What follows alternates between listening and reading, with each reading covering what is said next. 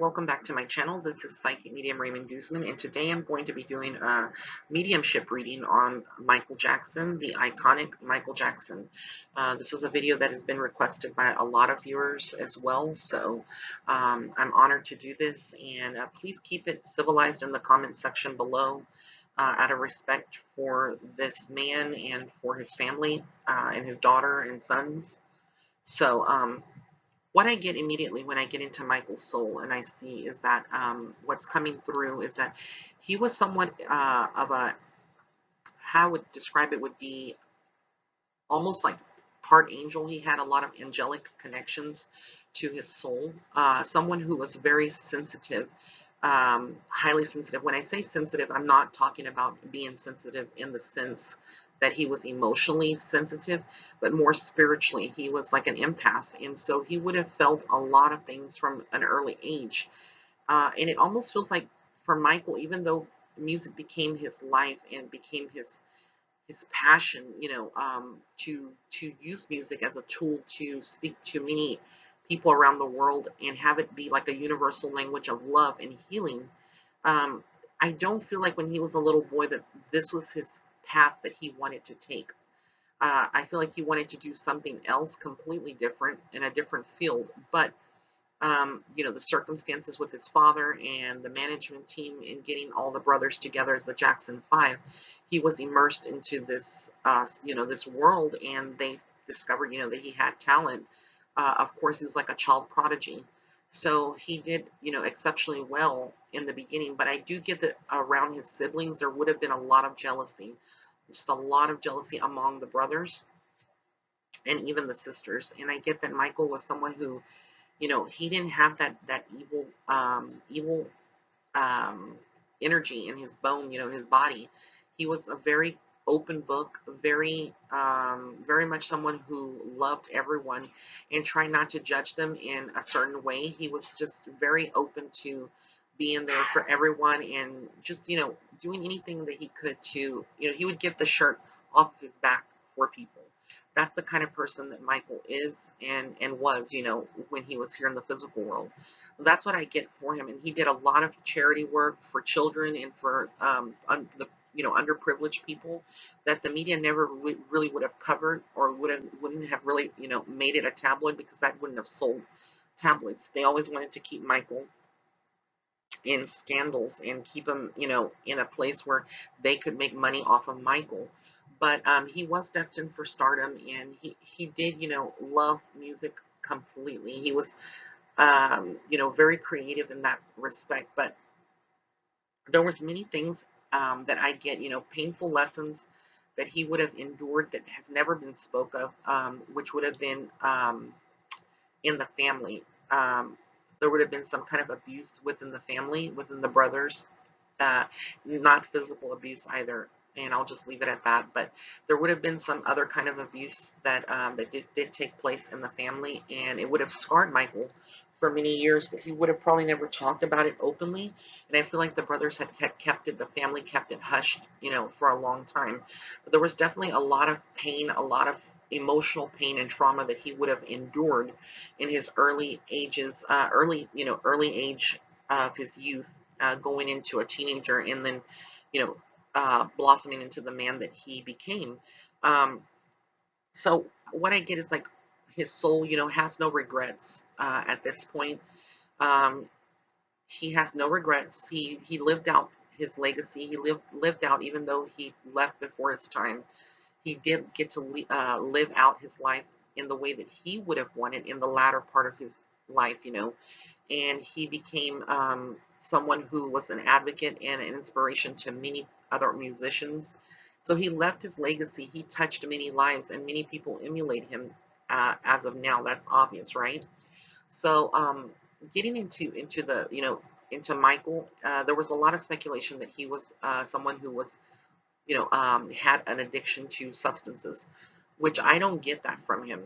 Yes, he would have had some physical problems with his body towards his passing, towards his age, but he wouldn't have been someone who would have had addictions to, painkillers and stuff like that, even though that was something that was reported. You can tell by just looking at him in interviews and when he would, talk to people, that he was more so tired. This wasn't a drugged man.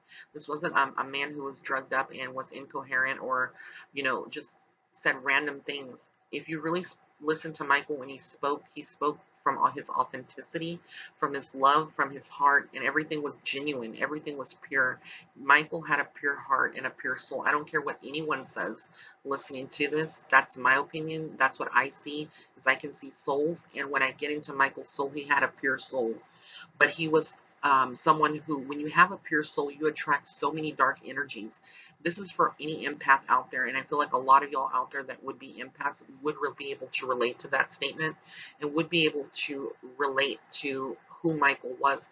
There was just so much that he had to endure. It became almost like a monster, and he had sleepless nights, I get, from his soul. He had sleepless nights. He wasn't, able to eat all the time, because he was just so caught up in all the hate that was being, and the lies, the accusations, the false accusations that were all made against Michael, because he became this iconic figure, and people just wanted to start becoming leeches and start like bleeding him dry, so to speak, of his money and his legacy, and tear down all that he had worked very hard for, which made him more angry in a certain way. He was human. I mean, we're all human. We all are connected to our emotions. But I do get that a lot of these were all fabrications. They were all lies about Michael. I also feel like when he got a lot older towards, his passing, and he went through that marriage with Presley, things just didn't work out.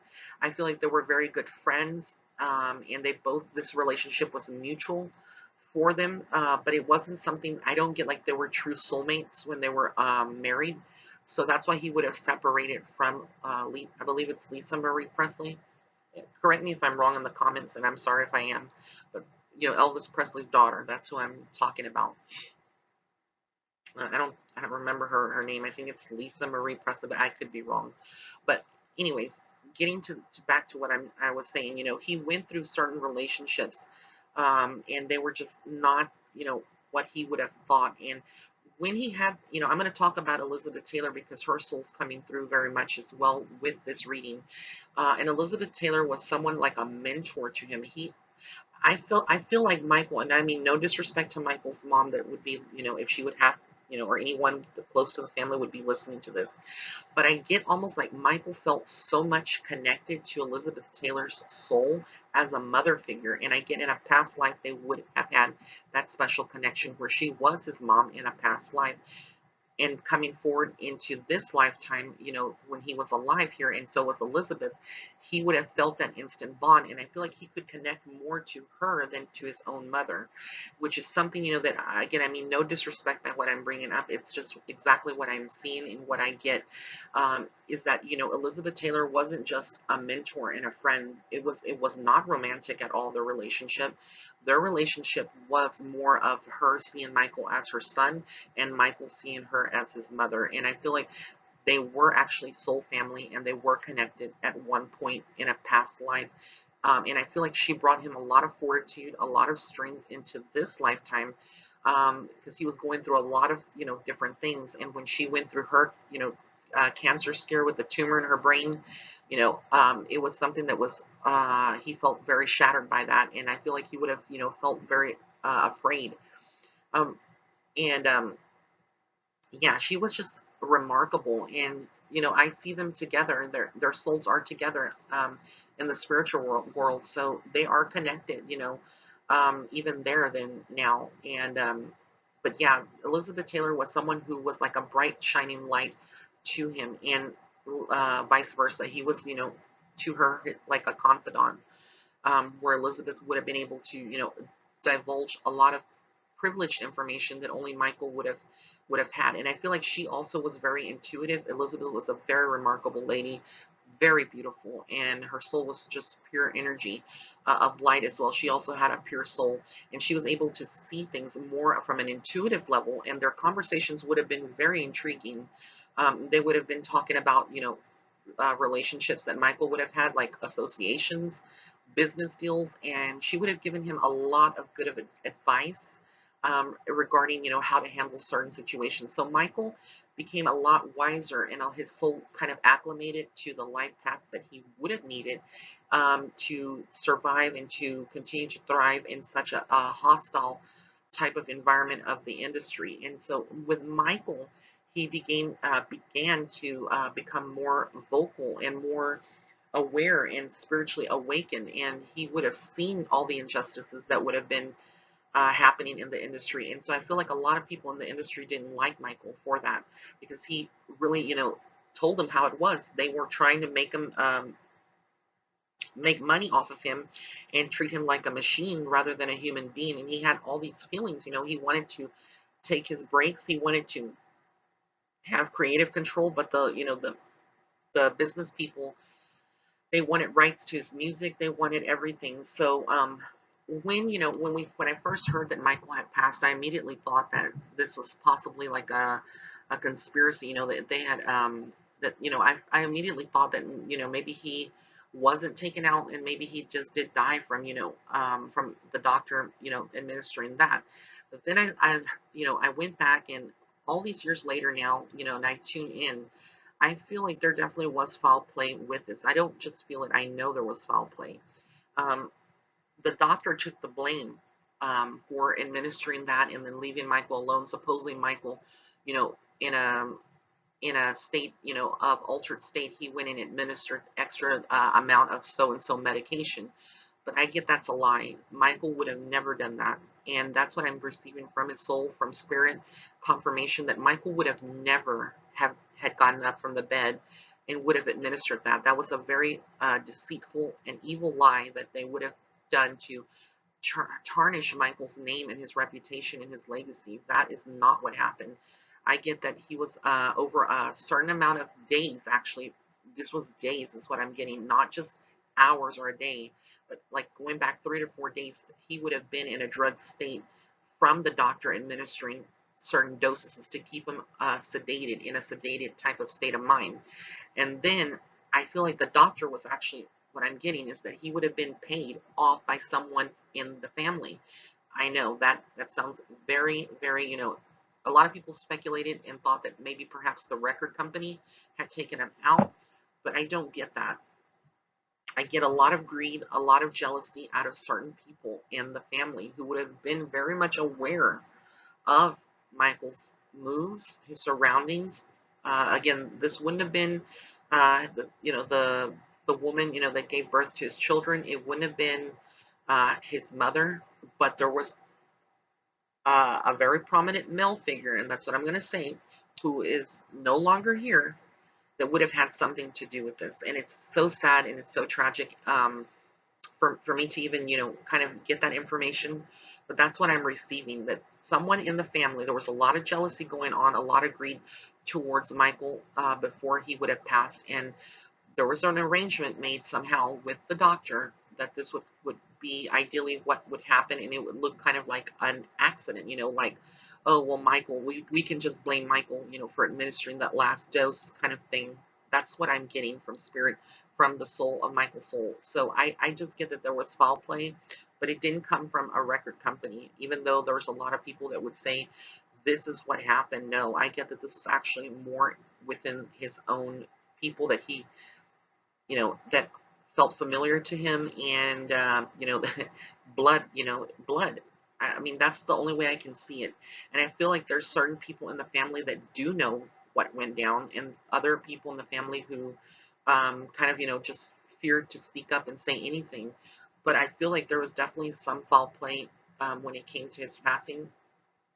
A lot of things were hidden, things were fabricated for the media, for propaganda.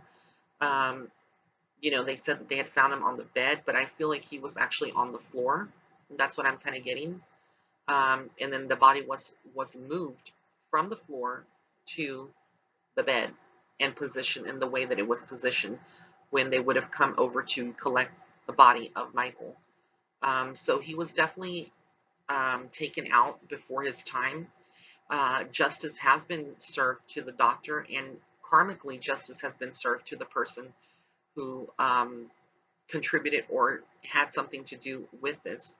And it's very sad when we get into these kind of situations where, a certain family member attains a certain level of success, and then other family members are not supportive, and it turns into something like this. And I feel like, this is something, again, that's going to be a secret that may not ever get revealed, and it may, if they ever would open up the case again. But I just feel like there was a lot of things, a lot of people paid off in the media that, were paid off, people in the coroner's office that would have been paid off, people in the tabloids that would have been paid off, to hide these facts and this information that I'm receiving from spirit. And again, this is just my opinion, what I see from spirit, what I'm getting intuitively.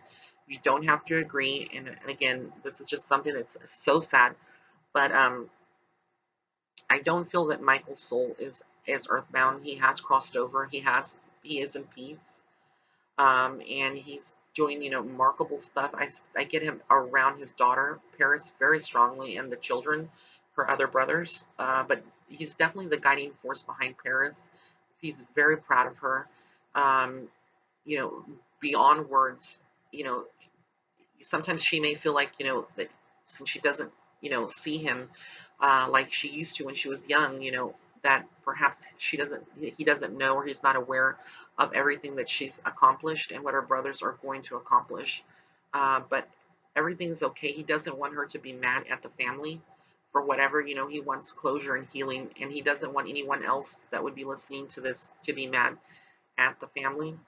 Even though a lot of people may have already, picked up on this before my reading many years ago, a lot of people would have probably picked up on this, but he's at peace, and everything in the universe, anything that we do, we are held accountable, at one point or another, whether it's here in the physical world or it's in the spiritual world.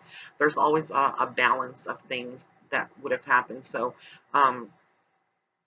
yeah, Michael, was an angel, and it just breaks my heart, but he really, really was an angel. Just looking into his eyes and his soul, you can see that he had a pure heart, and he really meant good. But sometimes when you have a good heart and you're in this kind of world where there is a spiritual warfare and there is a 3D mentality, and Michael was very much evolved into a 4D and 5D state of consciousness.